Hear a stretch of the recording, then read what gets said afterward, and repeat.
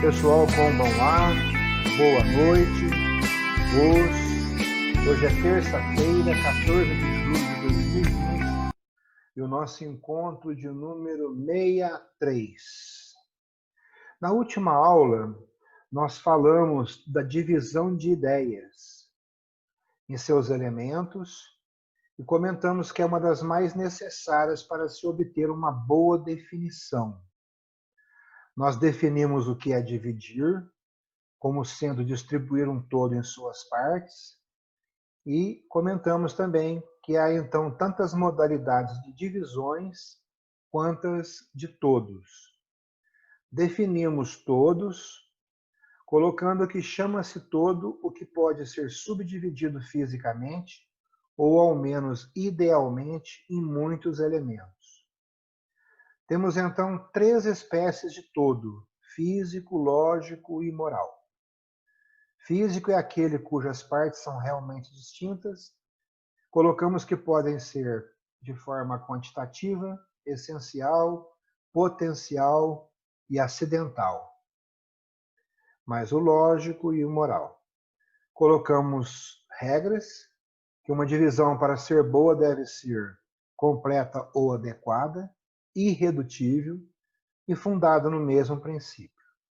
Hoje vamos falar um pouquinho sobre o juízo e a proposição. Juízo é o ato pelo qual o espírito afirma alguma coisa de outra coisa. Deus é bom. O homem não é imortal. São juízos. Enquanto um afirma de Deus a bondade, o outro nega do homem a imortalidade. O juízo é o ato pelo qual a inteligência une duas ideias, afirmando ou negando uma da outra. Então não tem aquele aspecto moral. No linguajar comum se diz. A pessoa fala para o outro, cria juízo, com a intenção de que ele não faça ou pare de fazer alguma coisa que se considera errado a nível moral. A nível lógico não é assim, não. Qualquer colocação que você faça é a emissão de um juízo. O juízo comporta necessariamente 3 elementos. Ou seja, 3 são os elementos que compõem o juízo: o sujeito, o atributo ou predicado, a afirmação ou negação. Um sujeito, que é o ser de que se afirma ou nega alguma coisa. Um atributo ou predicado é o que se afirma ou nega do sujeito. Uma afirmação ou uma negação. O sujeito e o atributo ou predicado constituem a matéria do juízo, e a afirmação ou negação constituem a forma do juízo. Então, entendido isso, fica bastante fácil. Vou dar mais uma olhadinha, vai ser simples de lembrar. Proposição. O que é a proposição? A proposição é a expressão verbal do juízo. Ela se compõe como juízo de 2 termos, sujeito e predicado, e de um verbo chamado cópula, ou seja, elo, pois liga ou desliga os 2 termos. O verbo da proposição lógica é sempre o verbo ser, tomado no sentido copulativo ou relativo. Como na proposição que eu utilizei antes, Deus é bom, e não no sentido absoluto, em que ele significa existir, como na proposição Deus é. Muitas vezes, o verbo gramatical compreende a um tempo o verbo lógico e o atributo. Assim, a proposição eu falo se decompõe do ponto de vista lógico nesta: eu sou falante.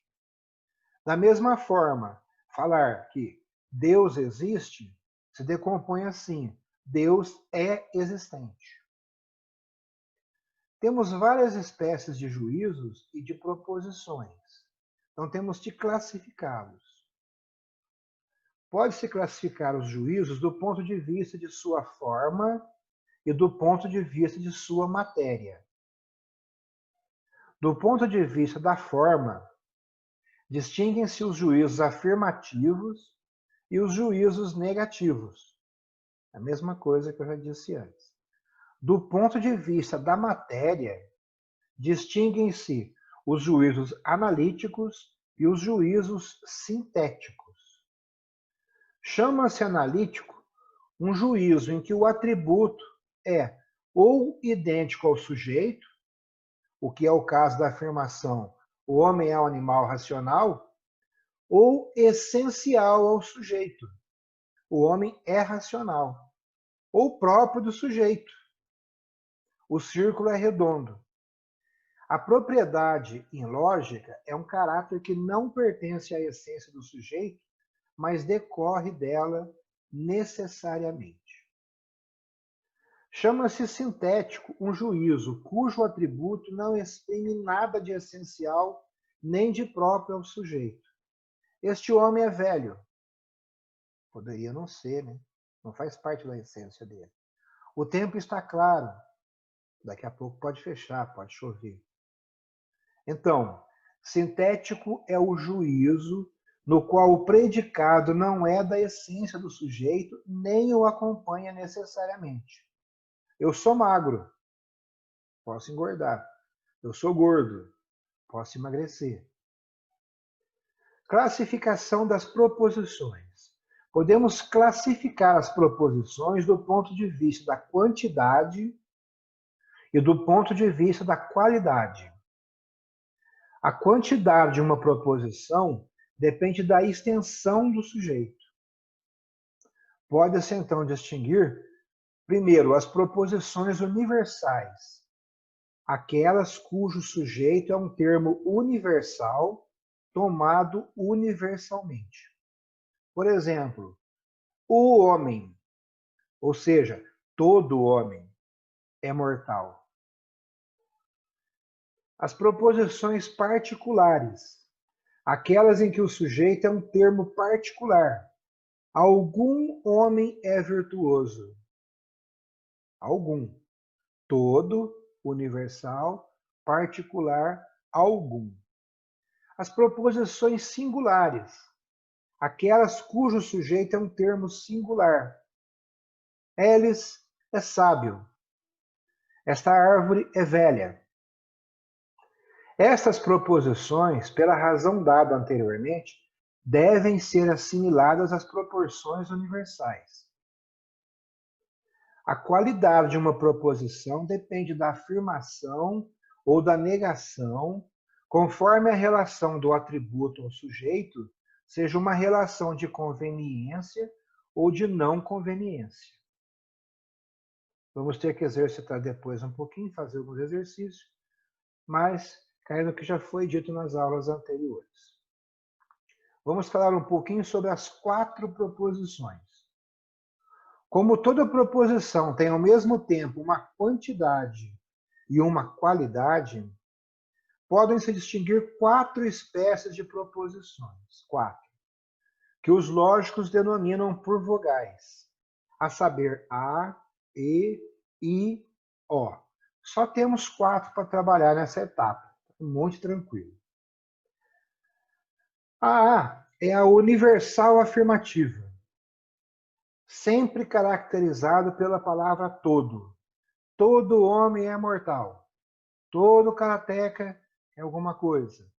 Universal afirmativa. Pode ser E, a universal negativa. Nenhum. Nenhum homem é puro espírito. Nenhum homem é anjo. Por aí vai. A particular afirmativa. I. Algum homem é sábio. A e I. A e I. Então, A e I, nesses dois casos, afirmo. Universal afirmativa e particular afirmativa. A, E, I, O. E e O, nego. Universal negativa e particular negativa. Então, depois coloca no papel essas 4 vogais. Universal afirmativa, particular negativa, universal e por aí vai. Relação dos termos do ponto de vista da extensão nas universais. Nas afirmativas, no caso da A, o sujeito é tomado em toda a sua extensão, mas o predicado é tomado apenas em parte de sua extensão. O homem é mortal. Significa que o homem é um dos mortais, isto é, uma parte dos seres mortais. Nas negativas, nas letra E, o sujeito e o atributo são tomados um e o outro em toda a sua extensão. Nenhum homem é puro espírito. Significa que o homem não é nenhum dos puros espíritos. Resumindo, nas afirmativas, o predicado é particular.